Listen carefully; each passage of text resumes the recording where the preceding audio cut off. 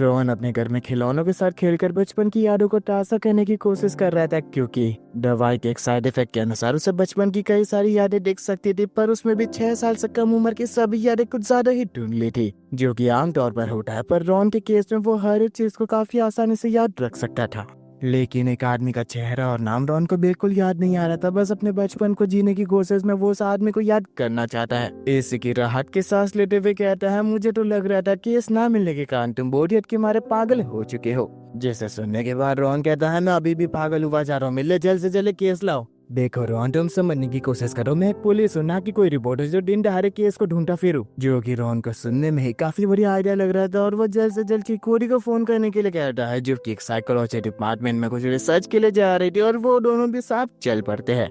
Chicory तो S detective इसिकी के साथ अपने रिसर्च को करने के लिए काफी ज्यादा खुश थे, लेकिन अपने सामने कामों को पाकर वो नाराजगी के संग कहती है, भला तुम मिठाई बनाने वाले यहाँ क्या कर रहे हो। रोहन जानता था अब कोई संजोग का बहाना काम नहीं आ सकता, और वो चिकोरी से कहता है, मैं इसिकी से काफी ज्यादा प्रभावित हुआ हूँ और मैंने डिटेक्टिव बनने का फैसला किया है। जिसे सुनकर चिकोरी खुशी के संग कहती है, तुम बिल्कुल सही रास्ते पे चल रहे हो, मैं तुम्हें जरूर मदद करूंगी। कॉग्निटिव साइकोलॉजी डिपार्टमेंट के हेड प्रोफेसर मारुयामा अभी अमेरिकन के साथ अपनी कॉन्फ्रेंस मीटिंग में बिजी थे, जिस कारण प्रोफेसर ओयोबी के वक्त इंचार्ज में और वो उन सभी का स्वागत करते हैं, इससे कि उनसे शुक्रिया करते हैं इतने शॉर्ट टाइम पीरियड पे हमें भी इसमें शामिल होने देने के लिए। अपने डिपार्टमेंट में आने के बाद प्रोफेसर आवोई बताते हैं, कॉग्निटिव साइकोलॉजी ह्यूमन के इमोशन और लर्निंग पैटर्न्स के ऊपर रिसर्च करने के बारे में है, जिसमें कई स्टूडेंट्स भी हमारी मदद करते हैं। बिना किसी संकोच के तुम यहाँ घूम फिर सकते हो और कोई भी सवाल मुझसे पूछ सकते हो। रोहन, क्या बर्तान मैं जानता नहीं आपके क्षेत्र में आता है या फिर नहीं, पर आखिरकार बचपन की कई यादें धुंधली क्यों रह जाती है। संजोग से मैं मेमोरी के ऊपर रिसर्च कर रहा हूँ, और तुम्हारे सवाल का 2 सटीक जवाब है, हमारा दिमाग ऑटोमेटिकली नई चीजों को याद रखने के लिए पुरानी को भुला देता है कभी कभार। दूसरा कारण है एसोसिएटिव थिंकिंग से हमारा दिमाग कभी कभार एक सदमे से गुजरने के बाद उन्हें भुला देना चाहता है, ताकि प्रॉपर वर्किंग कंडीशन में आ सके। उन्हें एक मीटिंग अटेंड करनी चाहिए, जिस कारण वो हिमिनो को सारा काम संभालने को कह रहे थे। वो एक ब्रिलियंट स्टूडेंट है, जिस कारण तुम कोई भी सवाल पूछने से बिल्कुल संकोच मत करना। प्रोफेसर के जाने के बाद हिमिनो टीओ से कहती है, हमारे प्रोफेसर सही में काफी सारा लाजवाब है, जिन्होंने एकेडमिक पर्पस के लिए कई सारे रिसर्च पेपर पब्लिश किए हैं।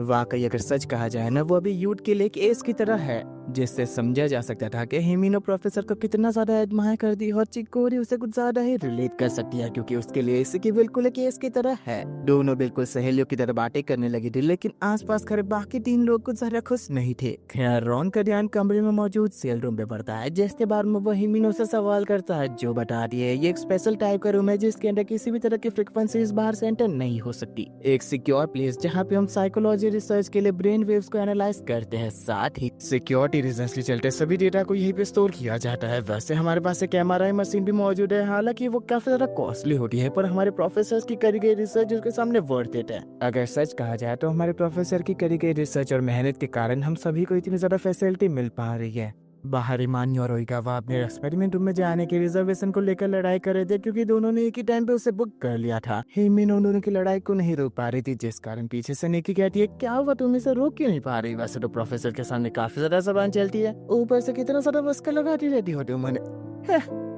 जिसका ऐसा बर्ताव उन तीनों ने भी देख लिया था, और शाम को जाने से पहले हिमिनो उन दिनों से माफी मांगती है। ऐसे माहौल को उन्हें देखना पड़ा। वैसे तो वो दिनों अच्छे हैं, लेकिन अभी के वक्त अपनी रिसर्च को लेकर परेशान होने के कारण काफी सारा तनाव भरा माहौल हो चुका है। रोहन जाने से पहले उसे सलाह देता है, अगर आइंदा से वो लोग कभी तुमसे लड़ाई करने की कोशिश करे तो फिर पूरे कॉन्फिडेंस के साथ तुम जो भी चीज हासिल कर सकती हो वो कर उन्हें दिखा दो। हिमिनो उसके बाद से काफी ज्यादा खुश हो चुकी थी। जाने से पहले चिकोरी उसके साथ अपना नंबर को एक्सचेंज करती है, क्योंकि वो दोनों अब काफी पक्की सहेलियां बन चुकी थी। अगले दिन इसिकी को चिकोरी का फोन आता है, जो कि उसे रोती हुई हालत में बता रही थी लैब में धमाका हो चुका है, जिसकी पकड़ में आकर हिमिनो मारी गई है। क्राइम सीन पे इसिकी के आने के कारण अमेमिया कहती है, मैंने तो तुम्हें यहाँ नहीं बुलाया था ना, लेकिन इसिकी बताता है, यहाँ पे जो मारी गई है मैं उसे जानता हूँ। अमेमिया इसिकी को बताती है, फॉरेंसिक्स के हिसाब से ये पूरा का पूरा सेल रूम काफी ज्यादा फ्लेमेबल गैस से भरा हुआ था, लेकिन दरवाजा खुलने के साथ एक छोटे से हीट के कॉन्टेक्ट में आकर काफी बड़ा धमाका हो गया। और रिसर्च के हिसाब से मेजरली हीट का कारण यहाँ मौजूद एक हेड रहा था, जो कि रिसर्च के पर्पस के लिए यूज किया जाता है, लेकिन गलती से उसे ऑन छोड़ दिया गया था। लेकिन साइकोलॉजी डिपार्टमेंट में इतनी ज्यादा गैस क्लासेस का होना कोई जरा सेंस नहीं बना रहा था। ये शायद से किसी की हत्या करने के लिए उठाया गया कदम है। एसीकी को हिमिनो की मौत का काफी ज्यादा अफसोस हो रहा था, जिस कारण वो अमेमिया के सामने इस केस को लीड करने की मांग करता है। अमेमिया उसे होश में आने के लिए कहती है क्योंकि वो बिजनेस और पर्सनल फीलिंग को साथ में जोड़ने की कोशिश कर रहा है और वैसे भी किसी जज्बातों में बहने वाले व्यक्ति के ऊपर ये केस की जिम्मेदारी नहीं दी जा सकती। एसीकी उदास हो चुका था। अमेमिया को एक कॉल आता है जिससे बात करने के बाद अमेमिया एसीकी से कहती है लगता है कोई और चारा नहीं है, तुम्हें इस केस की जिम्मेदारी संभालनी होगी, लेकिन ध्यान रखना कोई भी गड़बड़ की तो मैं तुम्हें यहाँ से निकाल फेंकूंगी। फोन कर वो चिकोरी को बता देता है कि इसकी पूरी जिम्मेदारी उसके ऊपर आ चुकी है और वो उस कातिल को पकड़ के ही रहेगा। सबसे पहले इसेकी और रॉन प्रोफेसर आओ इससे पूछताछ करने के लिए जाते हैं, जो कि हिमेनो की मौत के कारण कुछ ज्यादा ही उदास थे। और वो बताते हैं कल रात को मीटिंग को अटेंड करने के बाद मैं एमआरआई रूम में रिसर्च कर रहा था और बाद में मैं अपने कमरे में आराम करने के लिए चला गया। रॉन कमरे में उनकी प्रसिद्धि देखने के बाद प्रोफेसर आवो से सवाल करता है क्या कुछ ज्यादा ही नुकसान हुआ धमाके के कारण। प्रोफेसर बताते हैं सारे नुकसान की भरपाई पैसों से हो जाएगी, लेकिन 10 साल से इकट्ठा किया हुआ डेटा सारा जा चुका है। उससे भी बढ़कर हिमेनो की मौत का दर्द मैं शब्दों में बयां भी नहीं कर सकता। एसीकी अपना दूसरा सवाल करता है आपने कुछ भी अजीब चीज देखी हो या आपको कुछ पता हो। खैर प्रोफेसर को हाल ही में डिलीवर हुए गुमनाम लेटर के बारे में याद आता है, जो कि हिमिनो के लिए था, जिसके अंदर साफ साफ धमकी लिखी हुई थी। यानी कि एक ऐसा पर्सन मौजूद है जो हिमिनो से काफी ज्यादा नफरत करता है और वो जानता था कि वो आज सुबह सील रूम को इस्तेमाल करने वाली है। कॉन्फ्रेंस रूम में सभी को बैठा कर इसी की सभी से पूछता है तो तुम में से कौन जानता है हिमिनो आज सुबह उस लैब रूम को यूज करने वाली थी। सभी जानते हैं क्योंकि रात को ही लकी ड्रॉ किया गया था। जिसके बाद ये सभी सोने चले गए थे और हमेशा की तरह सुबह 9 बजे उठे और अपने कॉलेज में आ गए। इमानी कहता है ओइगावा के ऊपर सबसे ज्यादा शक करने जैसी बात है क्योंकि ये हिमिनो से काफी ज्यादा जल रहा था। एक दिन उसकी रिसर्च के दौरान एमआरआई रूम में इसने कंप्यूटर ही बंद करके रख दिया। हिमिनो ने इसकी शिकायत यूनिवर्सिटी में कर दी थी और प्रोफेसर ने इसे धमकी देकर छोड़ दिया था। ओइगावा कह रहा है मेरी बात छोड़ो, मैं तुम्हारी बात बता रहा हूँ ना हिना में तुम तो काफी ज्यादा दूध के ठूले हो। तुमने इसे एक बार डेटिंग के लिए पूछा था लेकिन उसने मना किया। एक स्टॉकर की तरह उसके घर तक उसका पीछा करते हो। नेकी उसे घटिया और नीच कह रही थी, लेकिन हिमिनो चुप रहने के बजाय और भी सारी चीजें कह पड़ता है। वैसे मैं सच कहूँ ना तो यहाँ सबसे ज्यादा शक करने जैसी चीज तो बस ये निक्की है। ये इकलौती उसे सबसे ज्यादा नफरत करती थी और उसके मरने पर तो उसे सबसे ज्यादा दुख हो रहा था हमारा डाटा लॉस हो गया। ये तो कई बार कह चुकी अच्छा हो वो मर जाए। एमआरआई मशीन की मेंटेनेंस काफी ज्यादा महंगी पड़ती है, अगर हम इसे गलती से भी कैंसिल कर देते हैं तो काफी ज्यादा नुकसान होगा। प्रोफेसर हमेशा कहा करते थे हमें सिर्फ मेहनत करना और अपनी एक्यूरेसी को बढ़ाना है। अच्छा तुम्हारे सहयोग के लिए शुक्रिया। इसे कि तुमने कहा था ना पुलिस ने उस लॉग बुक को अपने पास रखा है, मुझे उसे देखना है। मुझे एक चीज काफी ज्यादा अजीब लग रही है, ये जो क्राइम हुआ है उसमें ये लेटर आखिरकार इंसिडेंट के होने के बाद क्यों आया है। साथ ही लेटर के ऊपर अगर कल की स्टैम्प लगी है तो आखिरकार कातिल को कैसे पता चला। लकी ड्रॉ में कौन जीतने वाला है। ऐसे की सरप्राइज था क्योंकि रॉन बिल्कुल एक क्रिमिनल की माइंड की तरह सोच रहा था, लेकिन रॉन कहता है मैं ये चीज कई बार सुन चुका हूँ। लॉग बुक के हिसाब से इस महीने सबसे ज्यादा लैब का इस्तेमाल प्रोफेसर मारुयामा और आवे ने किया है, लेकिन उनके विदेश जाने के बाद इस लैब का इस्तेमाल केवल प्रोफेसर आवो ही कर रहे हैं, लेकिन लास्ट वीक उन्होंने एक भी बार इसका इस्तेमाल नहीं किया है।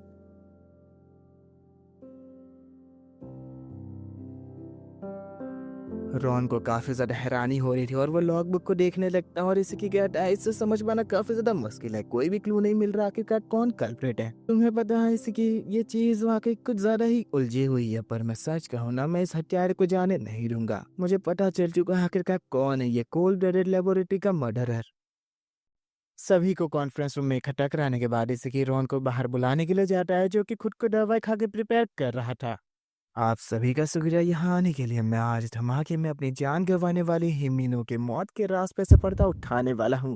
एक धमकी भरा खत जो कि किलर के होने की पॉसिबिलिटी के अलावा हमारे बीच एक काफी बढ़िया राज छोड़ कर गया है। धमाके के एक दिन पहले पोस्टमार्क लगे इस लेटर के अंदर भला ऐसी कमाल की भविष्यवाणी कैसे करी जा सकती है कि हिमिनो ही वो एक लौटी शख्स है जो कि एक्सपेरिमेंट में जाएगी, जबकि फैसला लकी ड्रॉ से हुआ था। हमें 90 डिग्री टर्न लेकर नए नजरिए से केस को देखना पड़ा। किलर ने हर एक उस शख्स को खत लिखा था जो कि एक्सपेरिमेंट रूम में जाने की पॉसिबिलिटी रखता हो। जिस किसी की मौत होती उसके नाम का खत लोगों के सामने रख दिया जाता। मैंने सही कहा ना प्रोफेसर मारुयामा की गैर हाजिरी में यहाँ के इंचार्ज प्रोफेसर आवोई। तुम्हारी थ्योरी ने मुझे काफी ज्यादा क्यूरियस कर दिया, लेकिन जरा सोचो तो सही, भला मेरे पास ब्रिलियंट स्टूडेंट हिमिनो को मारने की कोई वजह ही नहीं है। रॉन थ्योरी को आगे बढ़ाता है सही कहा, आपको वजह की क्या ही जरूरत है। आपका तो असल मकसद वैसे भी कंप्यूटर के डाटा को इरेज करना था। जिसे कामयाब बनाने के लिए बम धमाके में किसी की मौत होना जरूरी था। अंत में हर किसी का ध्यान केवल उस व्यक्ति की मौत पर होता, ना कि किन्हीं और चीजों पर। रही बात, एक सवाल है कि आखिर डाटा डिलीट करना तुम्हारे लिए इतना ज्यादा जरूरी क्यों है। असल में ओइगावा के डाटा डिलीट करने की कंप्लेन यूनिवर्सिटी तक पहुंच चुकी थी और तुम्हें डर था कहीं मेरी चोरी पकड़ी ना जाए, क्योंकि तुमने रिसर्च पेपर के अंदर काफी सारे नकली डाटा का इस्तेमाल किया है। तुम्हारे हर एक रिसर्च पेपर को पढ़ने के बाद ये चीज तो साफ है कि तुम बाकियों के मुकाबले कुछ ज्यादा ही सटीक लिखते हो। मानना मुश्किल है, लेकिन इतनी सटीकता अपने आप में ही काफी ज्यादा अविश्वसनीय चीज होती है। चोरी पकड़े जाने के डर से तुमने एक व्यक्ति को मौत की सूली पर चढ़ा दिया, जिसने बस धमाके के लिए एक चिंगारी के रूप में काम किया। तुम्हारी थ्योरी सुनने में अच्छी है, पर जरा सोचो तो सही, मुझ जैसा कोई जो कि सटीकता और एफिशिएंसी में कुछ ज्यादा ही ध्यान देता हो, आखिरकार किसी कंप्यूटर को भला क्यों ही उड़ाना चाहेगा, जबकि आज के युग में हम डाटा को आसानी से रिकवर कर सकते हैं। इसीलिए तो आधी रात को तुमने एमआरआई मशीन को यूज किया, एक स्ट्रॉन्ग मैग्नेटिक फील्ड जो कि आराम से सीपीयू के अंदर के सभी डेटा को इरेज कर सकता है। मशीन में कहीं उसके टुकड़े आसपास ना बिखर जाए, इस डर से तुमने उस सीपीयू को एक ब्लैंकेट में कवर करके रखा था। हमें मशीन में से एक फाइबर का टुकड़ा मिला है, साथ ही कूड़ेदान में से एक कपड़ा। लेकिन ऑफिसर, ये सब अभी एक कल्पना ही तो है। सही कहा, हमारे पास वैसे तो कोई गवाह नहीं है सबको साबित करने के लिए, लेकिन यही अपने आप में एक कमाल की बात है। आखिरकार तुम हमारे रूम में अकेले कर क्या रहे थे, बिना किसी पेशेंट के अपनी बेगुनाही का सबूत दो। मैं हार मानता हूँ, पर आखिरकार मुझसे गड़बड़ कहाँ हो गई। तुम जैसा कोई जो कि रिसर्च पेपर के लिए इतना ज्यादा पागल है, आखिरकार उसने लास्ट वीक एक भी बार लैब को एक्सेस क्यों नहीं किया। जिसका सीधा साधा जवाब था, तुम एफिशिएंसी को सब कुछ मानते हो और बेवजह मेहनत करना तुम्हारे लिए बिल्कुल बर्बादी थी, और वैसे भी सार देता तो डिलीट होने वाला था ना। तो अंत में मेरी सोच ही मुझे ले डूबी। चिकोरी जवाब चाहती थी, आखिरकार हिमिनो जो इसे इतना ज्यादा मानती थी, उसके मौत के बावजूद वो इतना पत्थर दिल क्यों है। नहीं, तुम गलत समझ रही हो, मेरी लाखों माफिया तक कम पड़ जाएगी उससे माफी मांगने के लिए। हाँ, तुम सच क्यों नहीं कह रहे सीधा सीधा, आखिरकार तुम अपने फ्यूचर ड्राइवर को बस खत्म ही तो करना चाहते थे ना। ओहो, तुम ये भी समझ गए। हाँ, बेशक मैं अपने फ्यूचर ड्राइवर को खत्म करना चाहता था, वो कुछ ज्यादा ही जीनियस थी। और वैसे भी कहा गया है, एक महान इंसान बनने के लिए कई कुर्बानियां तो देनी ही पड़ती है ना। तुम्हें जीने का कोई हक नहीं, तो मैं अपनी इच्छा से ये सब कह रहा हूँ। अरे, मुझे जीने का कोई हक नहीं, तुम कमजोर बुझते लो। अगर मुझ जैसे जीनियस को जीने का हक नहीं, तो तुम साधारणों को भी कोई हक नहीं है। प्रोफेसर रावई के ऊपर पागलपन कुछ ज्यादा ही हावी हो चुका था, और वो चिकोरी को धक्का देकर अपने बैग से बॉम्ब निकाल कर कहते हैं, तो फिर मैं पहले ही एडवांस में तैयारी करके रखता हूँ। यहाँ मौजूद हर किसी के मरने के साथ इस दुनिया के अंत तक मैं जीनियस प्रोफेसर ही कहलवाऊंगा। रॉन आगे बढ़कर उसे जमीन पे पछाड़ कर कहता है, आखिर तुम्हें मरने की इजाजत किसने दी, अभी तो काफी ज्यादा भुगतान करना है। पुलिस प्रोफेसर रावई को अरेस्ट करके ले जाते हैं। हमें मियाँ इसी को शाबाशी दे रही थी, बाद में चिकोरी थोड़ा बहुत उभरने लगी थी इस जख्म से। वही रॉन अपने दवाई के साइड इफेक्ट के साथ बेहोश हो जाता है। आंखें खोलने पर रॉन अपने कमरे में इसिकी को फ्यूनरल वाले कपड़ों में देखता है, जो कि हाल ही में हिमिनो के फ्यूनरल से लौटा था। साथ ही वो चिकोरी के बारे में बताता है, जो कि हिमिनो की मौत से अब उभरने लगी थी। रॉन इसिकी की डिटेक्टिव के रूप में तारीफ करता है, जिसके पास एक कमाल का हुनर है गुनहगारों की सोच को समझ पाने का। लेकिन रॉन कहता है, मैं ये चीज कई बार सुन चुका और मुझे लगने लगा है कि वाकई ये डिटेक्टिव बनने के लिए जरूरी भी है। खैर, बेहोशी के दौरान रॉन को बचपन के ही सपने आ रहे थे, लेकिन 6 साल से कम उम्र की सभी यादें अब भी ढूंढ ली है। रॉन, ये ज्यादा चिंता की बात नहीं है, मुझे भी याद नहीं है मैं बचपन में जिस हैमस्टर के साथ खेला करता था वो अब दिखता कैसा है। ओहो, यानी तुम एक हैमस्टर के साथ रहा करते थे बचपन में। खैर, इसकी रॉन को एक लेटर पकड़ाते हुए क्या ये तुम्हारे घर के बाहर पड़ा हुआ था, वैसे तो काफी ज्यादा पुराना और इसकी लिखावट भी मिट चुकी है। रॉन लेटर पे गौर करने के बाद इसी से कहता है, ये कुछ ज्यादा ही सस्पिशियस है, क्योंकि इस पे 17 साल पुरानी पोस्टमार्क लगी हुई है। अगले दिन रॉन लेटर को लेकर अपने सभी फैसले इसी को बता देता है। ये लेटर एक्चुअली तो प्रॉपर्टी मैनेजर के नाम पे डिलीवर हुआ है, लेकिन 18 साल पहले मेरी दादी इस प्रॉपर्टी को मैनेज करा करती थी। उनके बाद मेरी माँ ने इस प्रॉपर्टी को मैनेज किया, लेकिन ब्लू अकेडमी से मेरा एक्सपेल होने के साथ ही उन्होंने ये प्रॉपर्टी मुझे मैनेज करने के लिए दे दी। वैसे तो मेरी माँ काफी ज्यादा शांत स्वभाव की महिला है, लेकिन बाकियों के मुकाबले कुछ ज्यादा ही असाधारण है। उन्होंने इस पूरी दुनिया के 50 बार वर्ल्ड ट्रिप की है, लेकिन कई सारे मामलों में हम एक दूसरे जैसे बिल्कुल नहीं, उन्हें पहेलियां सुलझाना या फिर मिस्ट्रीज को सॉल्व करना बिल्कुल पसंद नहीं है। ऐसे की क्या हाँ, मैं समझ सकता हूँ, जैसे कि तुम यूनिवर्सिटी के केस को सॉल्व करते दौरान कुछ ज्यादा ही गुस्सा हो गए थे, जिसे जानने के बाद रॉन कहता है, ये तो काफी ज्यादा बुरी बात है, डिटेक्टिव को कभी भी जज्बातों में नहीं बहना चाहिए। ऐसे की रॉन के पापा के बारे में बोलता है, जो कि उसके पैदा होने के बाद ही एक बीमारी के कारण चल बसे थे, जिसे जानकर इससे की माफी मांगता है। लेकिन रॉन कहता है, कुछ नहीं, वैसे भी मेरे पापा मेरे लिए कोई इतने खास नहीं है, मैं तो उन्हें जानता तक नहीं हूँ। खैर ये लेटर एक रियूनियन पार्टी का इनविटेशन है जो कि एक फ्रेंच एवरेज रेस्टोरेंट में रखा गया है, जो कि बेसिकली खाना खाने के साथ रहने की सुविधा देता है। इसके अलावा गहने जैसा एमरल्ड दिया गया है जो कि शायद से वहाँ का इनविटेशन टोकन हो सकता है। तो फिर ऐसे कि तुम मेरे साथ चल रहे हो, कमाल की मिस्ट्री है जिसे मैं सॉल्व करना चाहता हूँ। अब रॉन एक्साइटमेंट में पैकिंग करने जा रहा था, लेकिन इसी की वजह से क्या था, मेरी बात तो ये सुनने नहीं वाला। तो फिर चलो। रोप वे एलिवेटर से अपनी लोकेशन पर जाते वक्त एसेकी और रॉन बाकी दो गेस्ट से मिलते हैं। टाइगर डैन नाम का एक न्यूयॉर्क का लॉयर, जो कि इन दोनों से बात कर पाने के कारण काफी ज्यादा खुश था, क्योंकि कब से वो एक गार्डनर नाम के आदमी से बात करने की कोशिश कर रहा था, लेकिन वो उसे जवाब ही नहीं दे रहा था। आधे घंटे की कोशिश के बाद उसने ये चीज तो जानी थी कि ये अपने साथ कुछ फूल को लेकर आया जो कि खुद ही उसने उगाए है। एलिवेटर से उतरने के बाद उन सभी का स्वागत सिर्फ सकाई करते हैं, जो कि यहाँ का खिले स्टाफ है जिन्हें हायर किया गया था। वो ना ही कभी मालिक से मिला था और भेजे गए इस इन्विटेशन के बारे में कुछ जानता है। टाइम की बिजी के कारण वो उन दोनों से अलविदा लेता है, लेकिन डॉन इसे कैसे कहता है, हमें इस मिस्टेक को सॉल्व करना होगा।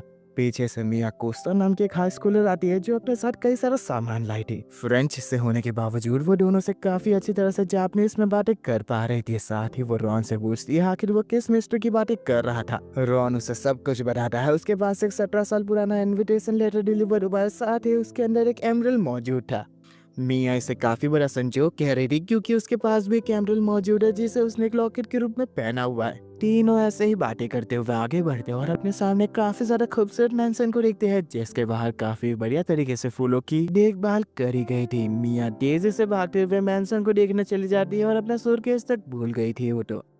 यहाँ और कई विदेशी मेहमान आए थे। कैरन लेली जो कि एक सिक्योरिटी कंपनी की सीईओ थी। क्लर्क नाम का एक सर्जन जो कि रॉन से बात करने आता है कि हम पहले कभी मिल चुके हैं, लेकिन नहीं। मैंसन के अंदर टॉम नाम का एक टैक्सी ड्राइवर। लेकिन एक अजीब सी बात थी, मिया, सेफ और टाइगर डैन के अलावा बाकी सभी रॉन को काफी ज्यादा शक की निगाहों से देख रहे थे।